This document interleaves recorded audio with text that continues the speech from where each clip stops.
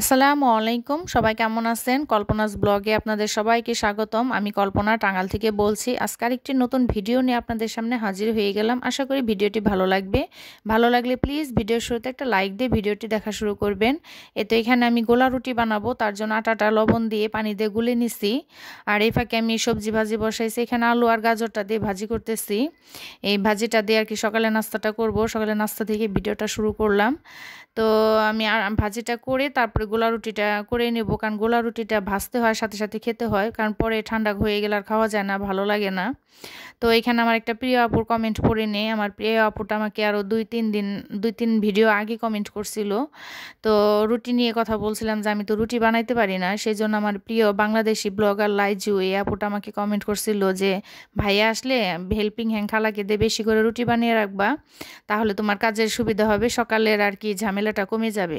আপুকে অবশ্য আমি কমেন্টে উত্তরটা দিয়ে দিছি। তারপর আমার আজকে গোলা রুটি দেখে আপুটার কথা মনে হয়ে গেল। হ্যাঁ আপু, তোমাকে অসংখ্য ধন্যবাদ এত সুন্দর একটা আইডিয়া দেওয়ার জন্য। দেখা যাবে যে আমার হাজব্যান্ড আসলে দেখা যাবে খালাকে দিয়ে আমি বেশি করে রুটি বানিয়ে রাখবো, কারণ ও সকালে ভাত খেতে চায় না। আর ওরা তো বাইরের দেশে থাকে, ওদের ডিসিপ্লিনই অন্যরকম। দেখা যাচ্ছে ওরা সকালে রুটিটাই খায়। তো বাংলাদেশে আসলে সকালে রুটি খেতে চায় না, ভাত খেতে চায় না, রুটি খেতে চায়। তা আমি তো রুটি বানাতে পারি না, খুব সমস্যা হয়ে যায় আমার।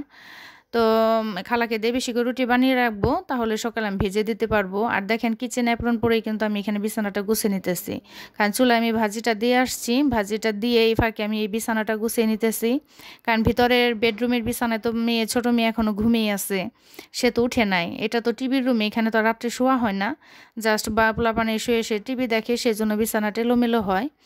তো আমি ভাজিটা চুলায় রেখে আটাটা গুলে রেখে ভাজি চুলায় দিছি, আর এই ফাঁকে এসে আমি এই রুমটাকে গুছিয়ে নিতেছি। সোফা টোফা ঝেড়ে দেখা যাচ্ছে বিছানাটা ঝেড়ে দেই। তো বাচ্চারা উঠে গেলে খাওয়া দাওয়া শেষ করে আবার দেখা যাবে এই রুমে এসে কিন্তু শুয়ে এলোমেলো করে ফেলবে, টিভি দেখবে, তখন আবার বেডরুমটা গুছিয়ে নিব। আর এক এক দিন এক একটা রুমটা আসলে গুছিয়ে একটু ভিডিও করি, দেখা যায় দুই রুম একাত্র ভিডিও করলে ভিডিও অনেক বড় হয়ে যায়। গুছাইতে কিন্তু হয় দুইটা রুমই। আর আমার তো ড্রয়িং রুম আলাদা নাই, দেখা যাচ্ছে বেডরুমের সাথেই। তো প্রতিদিনই যে কতবার যেগুলো ঝাড়া মোছা করি, কারণ বাচ্চারা কুশন এলোমেলো করে ফেলে, বালিশ এলোমেলো করে ফেলে, এগুলো সারাদিনই গুছাইতে হয়। তো আর এখানে আমি পালং শাক দিয়ে একটা আলু দিয়ে গুলশা মাছ রান্না করছি। আমার কাছে তো খুবই ভালো লাগছে, কিন্তু আমার বাচ্চারা পছন্দ করে না। বললামই তো যে 700 টাকা কেজি গুলশা মাছ তাও খাবে না, কিন্তু 300 টাকা কেজি রুই মাছটা তাদের কাছে খুব প্রিয়। তো এর জন্য আমি অল্প করে আধা কেজি গুলশা মাছ নিয়ে আসছি যে আমি নিজেই রান্না করে খাবো। এখানে পালং শাক দিয়ে গুলশা মাছ রান্না করছি, খেতে অসম্ভব মজা হয়েছিল। কারণ ভয়েসটা তো আসলে পরে দেওয়া, সেজন্য বলতে পারলাম যে খেতে আসলে অনেক মজা হয়েছিল। আর এই তো এখানে এখন রান্না করব আমি মাগুর মাছ দিয়ে, ছোট আলু দিয়ে, টমেটো দিয়ে একটু ঝোল ঝোল করব। এই ছোট আলু দিয়ে কবুতর রান্না খুব ভালো লাগে। তারপরে হচ্ছে আপনার শিং মাছ, মাগুর মাছ, যেটাই করেন না কেন ছোট আলু দিয়ে কিন্তু খেতে ভীষণ মজা হয়। তো এখানে আমি মশলাটা কষিয়ে নিতেছি, কষিয়ে দেখা যাবে যে আমি ছোট আলু দিয়ে আর কি মাগুর মাছ ভুনা করব, ভুনা না একটু ঝোল ঝোল। তো এই পর্যায়ে কে কে আমার সাথে আছেন জানি না, প্লিজ ভিডিওর শুরুতে একটা লাইক দিয়ে ভিডিওটা দেখা শুরু করবেন। একটা লাইক শেয়ারের কাজ করে, ভিডিওটা অনেকের কাছে পৌঁছে দিতে সাহায্য করে। তো এই কথা বারবার মনে করিয়ে দিই, কারণ আপু ভাইয়ারা তো আসলে ভুলে যায় একটা লাইক দিতে। আর ভিডিওটা কেমন হয় অবশ্যই সেটা কমেন্টের মাধ্যমে জানাবেন, ভালো হোক মন্দ হোক যেটাই হোক, ভালো লাগলেও জানাবেন, খারাপ লাগলেও জানাবেন।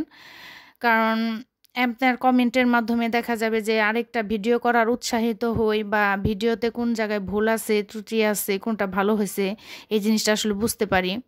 তো আমার প্রিয় আপু ভাইয়ারা মনে হয় আমার শপিং ভিডিওগুলো একটু বেশি পছন্দ করে, কিন্তু আমরা তো মধ্যবিত্ত গরিব মানুষ, আসলে প্রতিদিন তো আর শপিং করা সম্ভব না।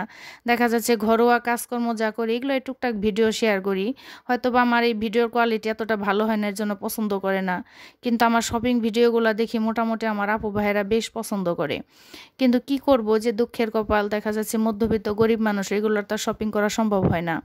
তো কথা বলতে বলতে দেখেন এখানে কিন্তু আমি মাগুর মাছ দিয়ে দিছি, মাগুর মাছ দিয়ে একটু কষিয়ে তারপরে টমেটো দিছি, কারণ মাগুর মাছটা একটু শক্ত টাইপের, দেখা যাচ্ছে একটু ভালো করে কষিয়ে নিতে হয়।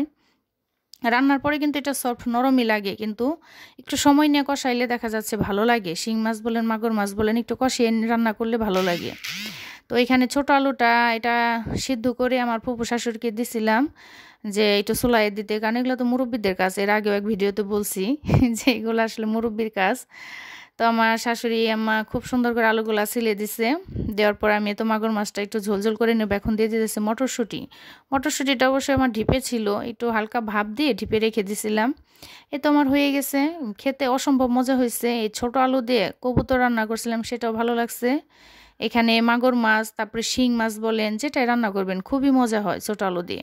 এগুলো একটু বাসা ঝামেলা, কিন্তু খেতে ভীষণ মজা। তো এটা আমাদের দুপুরে খাওয়া দাওয়া শেষ হয়ে গেছে, গোসল আসল করে খাওয়া দাওয়া শেষ। বিকেলে গেছিলাম একটু বাহিরে।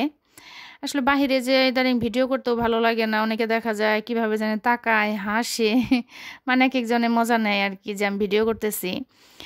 তো ভিডিও করতে কেমন জানি আনিজি আনিজি লাগে। তারপর মাঝে মধ্যে করি যে মানুষ তাকে আছে তাকাক, দেখবেই তো। আরেকজন যদি ভিডিও করে তা আমিও তো তারটা দেখবো, তাহলে আমারটা দেখুক, সমস্যা কি। সেটা মনে করে অনেক সময় ভিডিও করি। আর এখানে কেক, বিস্কিট, আর এটা হচ্ছে স্পঞ্জ কেক। এটা বেশ ভালোই লাগছে, হালকা মিষ্টি, মানে ভালোই লাগে। তো বাসায় আসলে গুঁড়া দুধটা শেষ হয়ে গেছিলো। আমি তো আসলে গুঁড়া দুধ কিনি না। গুঁড়া দুধ বলেন, হরলিক্স বলেন, আর কিছু কিছু কসমেটিক আছে, এগুলো আসলে আমি বাংলাদেশ থেকে কখনোই কিনি না, কারণ আমার হাজব্যান্ড পাঠায় বা নিয়ে আসে। ও একবার যেগুলো নিয়ে আসে দেখা যায় আমার 6 মাস অনায়াসে চলে যায়। আবার দেখা যাচ্ছে কেউ আসলে তার কাছে পাঠিয়ে দেয়। এই যে হরলিক্স, আমি মনে হয় কত বছর পরে যে আজকে হরলিক্স কিনে নিয়ে আসলাম। ওই যে এর আগে একটা ভিডিওতে বলছি আর কি, যে বাচ্চায় দুধ খায় কিন্তু মানে দুধ খাবে না, হরলিক্স দিলে দুধ খাবে বড় মেয়ে, আর ছোট মেয়ে খায়। ছোট মেয়ের তো রেগুলার দুধ হরলিক্স লাগবেই। তো হরলিক্সটা আসলে শেষ হয়ে গেছিলো। তো বড় মেয়ে যেহেতু এমনি দুধ খাবে না, সেজন্য আর কি করার, একটা হরলিক্স নিয়ে আসলাম। আর দুধ চার জন্য গুঁড়া দুধ নিয়ে আসলাম ডিপ্লোমা। হ্যাঁ, এটা তো মনে হয় ডিপ্লোমায় দিছে। যাই হোক, আমি তো আসলে দুধ, গুঁড়া দুধ এগুলো কিনতে হয় না, কিন্তু এখন বাধ্য হয়ে কিনতে হইতেছে, কারণ শেষ হয়ে গেছে। আর এখন আমার হাজব্যান্ডের কাছ থেকে আসারও কেউ নাই, আর 3 মাস পর উনি নিজেই আসবে। তো এই 3 মাস অন্তত আর কি দেশ থেকে কিনে চলতে হবে। এতক্ষণ কে সাথে আছেন আর কে না আছেন জানি না। তো এতক্ষণ ধৈর্য ধরে যারা আমার ভিডিওটি দেখলেন তাদের অসংখ্য ধন্যবাদ। এভাবে আসলে উৎসাহ দিয়ে, ভালোবাসা দিয়ে পাশে থাকবেন, তাহলে ইনশাল্লাহ আমি আমার স্বপ্নটা পূরণ করতে পারবো। ইউটিউব জার্নিটা আসলে একটা স্বপ্ন। ইউটিউবে অনেক স্বপ্ন নিয়ে আসা, ভালো লাগা নিয়ে। তো এখানে থাকতে থাকতে হয়তো একটা ইউটিউব একটা নেশা হয়ে যাবে সবার সাথে সাথে। তো আমি সবার জন্য দোয়া করি মন থেকে, আমার জন্য সবাই মন থেকে দোয়া করবেন। আমিও যার ভিডিও দেখি, ফলোয়ার্স করি, লাইক দিই, কমেন্ট করি।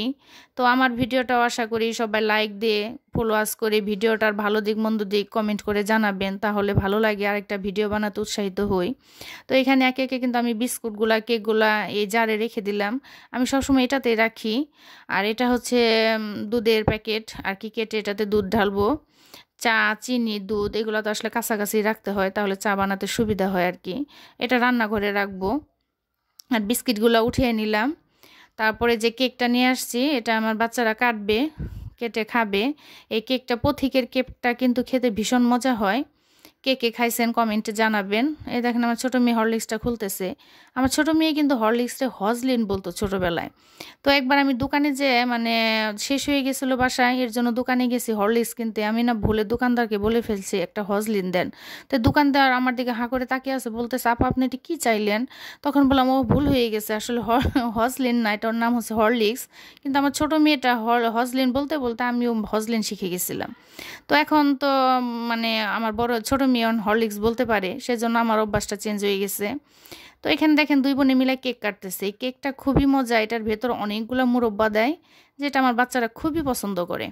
তো আমি বাহিরে গেলে পথিকের কেকটা নিয়ে আসি। কেকটা কেটে আমার বড় মেয়ে আগে আমাকে খাইয়ে দিল, তারপরে তার ছোট বোনকে, তার ছোট বোন তাকে খাইয়ে দিল, এখন আমার ছোট মেয়ে আমাকে খাইয়ে দিতেছে।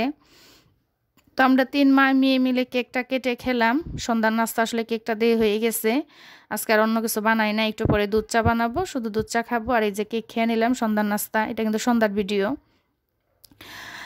তো সবাই আমাদের জন্য দোয়া করবেন, আমার বাচ্চাদের জন্য দোয়া করবেন, দোয়া করবেন। আর অলওয়েজ আমি সবার জন্য দোয়া করি, সবার বাচ্চাদের জন্য দোয়া করি।